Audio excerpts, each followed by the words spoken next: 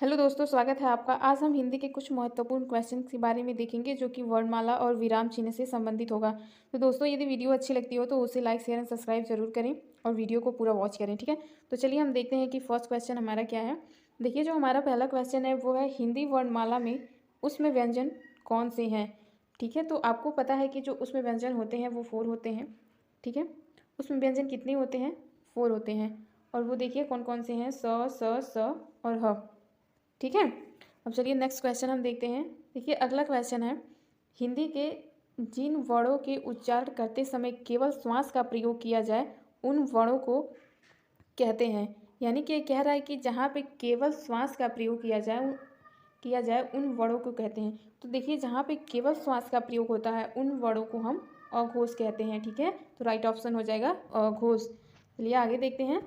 देखिए, आगे का क्वेश्चन है य र ल व व्यंजनों को कहते हैं। तो इन व्यंजनों को हम क्या कहते हैं? इन व्यंजनों को हम कहते हैं अंतःस्थ व्यंजन। ठीक है, क्या कहते हैं? अंतःस्थ व्यंजन। तो राइट ऑप्शन हो जाएगा अंतःस्थ व्यंजन। चलिए आगे देखते हैं। निम्नलिखित में से ओष्ठ ध्वनि है। ठीक है, निम्नलिखित में से ओष्ठ ध्वनि है, तो बताइए ओष्ठ ध्वनि क्या होती है? जो कि हमारे ओठ से निकलती है। ठीक है, उसे हम ओष्ठ ध्वनि कहते हैं। ठीक है, तो यहाँ पे आप इसको पढ़ के भी देख सकते हैं कि ओठ से कौन सा उच्चारण हो रहा है। देखिए ल, तो ल का उच्चारण वहाँ से हो रहा है? नहीं हो रहा है। र का भी नहीं हो रहा है, स का भी नहीं हो रहा है। इस तरीके से भी आप एलिमिनेट कर सकते हैं। ठीक है, तो यहाँ पे जो राइट आंसर हो जाएगा वो हो जाएगा फ। ठीक है, अब हम आगे देखते हैं।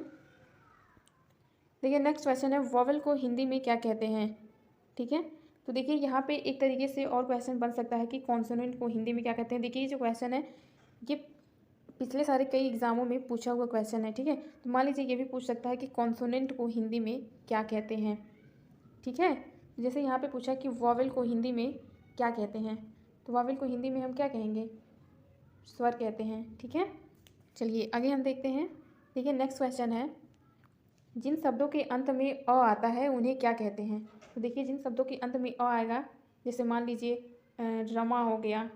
ठीक है, जैसे सना हो गया।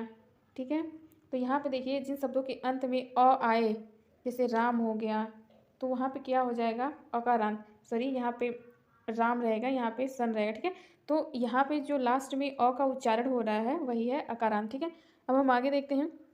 देखिए, नेक्स्ट क्वेश्चन है कौन स्वर नहीं है। ठीक है, तो यहाँ पे स्वर कौन नहीं है? अ क्या है? स्वर है। उ क्या है? ये भी स्वर है। ए क्या है? ये भी स्वर है। यहाँ पे जो एक ब है ये स्वर नहीं है। ठीक है, चलिए आगे देखते हैं। देखिए, आगे का क्वेश्चन है हमारा निम्नलिखित में से कौन सा वर्ण घोष है। ठीक है, कौन सा वर्ण घोष है? तो यहाँ पे देखिए एक घोष होता है और अघोष होता है। ठीक है, तो यहाँ पे जो घोष वर्ण है वो हो जाएगा हमारा राइट ऑप्शन हो जाएगा द। ठीक है, अब हम आगे देखते हैं। देखिए, भाषा की सबसे छोटी इकाई किसे कहते हैं? तो भाषा की जो सबसे छोटी इकाई होती है उसे हम क्या कहते हैं? उसे हम कहते हैं वर्ण या अक्षर। ठीक है, चलिए आगे देखते हैं। वर्णमाला किसे कहते हैं? ठीक है, वर्णमाला किसे कहते हैं? तो देखिए, वर्णमाला किसे कहते हैं, कई बार एग्जाम में पूछा हुआ क्वेश्चन है वर्णमाला किसे कहते हैं। तो वर्णमाला व्यवस्थित वर्णों के समूह को वर्णमाला कहते हैं। देखिए, यहाँ पे कितने सारे ऑप्शन दिए गए हैं, बच्चे कंफ्यूज हो जाते हैं। जैसे हो गया शब्द समूह, हो गया शब्द गणना, हो गया। तो लेकिन जो सही ऑप्शन हो जाएगा वो व्यवस्थित वर्ण समूह को वर्णमाला कहते हैं। ठीक है, अब हम आगे देखते हैं। देखिए, यहाँ से हम देखते हैं विराम चिन्ह के क्वेश्चन के बारे में। ठीक है, तो देखिए हमारा जो यहाँ पे पहला क्वेश्चन है अल्प विराम चिन्ह को पहचानिए। ठीक है, अल्प विराम चिन्ह, तो देखिए अल्प विराम होता है। ठीक है, अल्प विराम होता है, पूर्ण विराम होता है, अर्ध विराम होता है। ये सारी जो होती हैं बहुत सारी टाइप की विराम चिन्ह होती है। तो यहाँ पे पूछा है कि अल्प विराम चिन्ह कौन है। तो यहाँ पे देखिए ये उद्धरण ये डबल इन्वर्टेड कामा है। ठीक है, लेकिन यहाँ पे देखिए जो अल्प विराम चिन्ह क्या है वो पहला ऑप्शन सही हो जाएगा। ठीक है, अब हम नेक्स्ट क्वेश्चन देखते हैं। विराम का अर्थ क्या है? ठीक है, विराम का अर्थ है, विराम का मतलब क्या होता है? विराम का मतलब रुकना होता है ना। तो यहाँ पे देखिए विराम का अर्थ क्या हो जाएगा? ठहरना। राइट ऑप्शन हो जाएगा ठहरना। आगे देखते हैं। देखिए, आगे का क्वेश्चन है किस वाक्य में विराम चिन्ह का उचित प्रयोग नहीं है। ये हमें बताना है कि किस वाक्य में विराम चिन्ह का उचित प्रयोग नहीं है। तो देखिए क्या है, मैं मनुष्य में मानवता देखना चाहती हूँ, उसे देवता बनाने की मेरी इच्छा नहीं है। तो यहाँ पे देखिए उचित प्रयोग नहीं है, तो ये क्या पूछा है, इस शब्द को ध्यान दीजिएगा, किस वाक्य में विराम चिन्ह का उचित प्रयोग नहीं है। यहाँ पे उचित प्रयोग किया गया है, ठीक है। यह देखिए, यह दूर से, बहुत दूर से आ रहा है, यहाँ पे भी ठीक है, ठीक है। यहाँ पे देखिए, याद रखिएगा नहीं है, कहाँ प्रयोग उचित नहीं हुआ है। सुनो सुनो वह गा रही है, ठीक है। तो देखिए इसका जो राइट ऑप्शन हो जाएगा वो हो जाएगा सी, ठीक है। क्या हो जाएगा, सी। अब हम आगे देखते हैं, नेक्स्ट क्वेश्चन देखते हैं, निम्न में कौन विराम चिन्ह का प्रकार नहीं है। तो विराम चिन्ह का प्रकार कौन सा नहीं है, यहाँ पे जो है उपदेशक, ये जो है विराम चिन्ह का प्रकार नहीं है, ठीक है। चलिए आगे देखते हैं। देखिए हमारा आगे का जो क्वेश्चन है, देखिए वो क्या है, समानाधिकरण शब्दों के मध्य में किस विराम चिन्ह का प्रयोग होता है। तो यहाँ पे देखिए किस विराम चिन्ह का प्रयोग होता है, तो वहाँ पे होता है अल्प विराम चिन्ह का प्रयोग, ठीक है। जैसे देखिए, जैसे जैसे देश के प्रधानमंत्री श्री नरेंद्र मोदी गणतंत्र दिवस के अवसर पर देश को बधाई दी, ठीक है।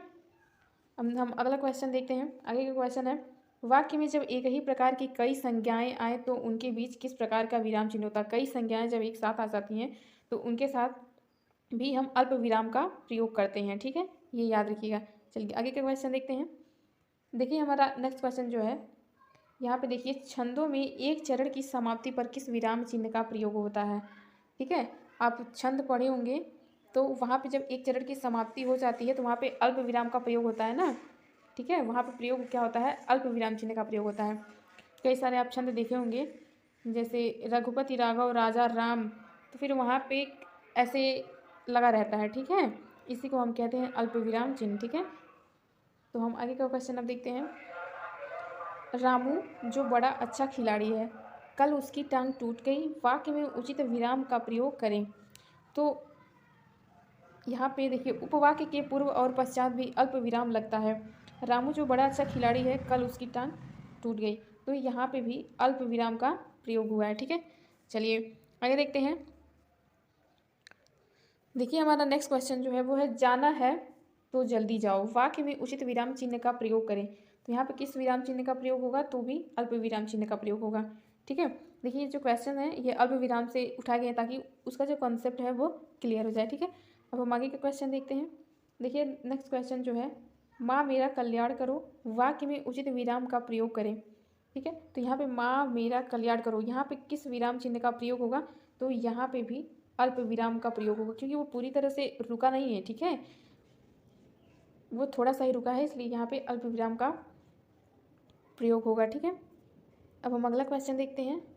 देखिए आगे का क्वेश्चन हमारा जो है, विवरण चिन्ह को पहचानिए। तो विवरण चिन्ह क्या होता है, जैसे विवरण का क्या मतलब होता है, जब आप किसी चीज़ को एक्सप्लेन करते हो, ठीक है, जब आप किसी चीज़ को एक्सप्लेन करते हो, उसका विवरण देते हो तो लिखते हो ना। जैसे मान लीजिए आप जब लिखते हो व्याख्या, ठीक है, जब आप लिखते हो किसी चीज़ की व्याख्या देते हो तो ऐसे करके आप लिखते हो, ठीक है, तो उसी को हम बोलते हैं विवरण चिन्ह। जब आप किसी चीज़ को एक्सप्लेन करने के लिए तब आगे उसको लिखने के लिए, तो उसी को हम विवरण चिन्ह कहते हैं। तो ये हो जाएगा ऑप्शन बी। अब देखिए पुनरुक्ति व लाघव चिन्ह को पहचाने। तो पुनरुक्ति व लाघव चिन्ह क्या होता है, देखो जो पुनरुक्ति चिन्ह होता है वो डबल इन्वर्टेड के जैसा होता है, ठीक है, और जो लाघव चिन्ह होता है वो ऐसे कर दिया जाता है, ठीक है। तो इसका राइट ऑप्शन क्या हो जाएगा, ए, ठीक है। तो दोस्तों वीडियो अच्छी लगती हो तो उसे लाइक शेयर एंड सब्सक्राइब जरूर करें। Thanks for watching.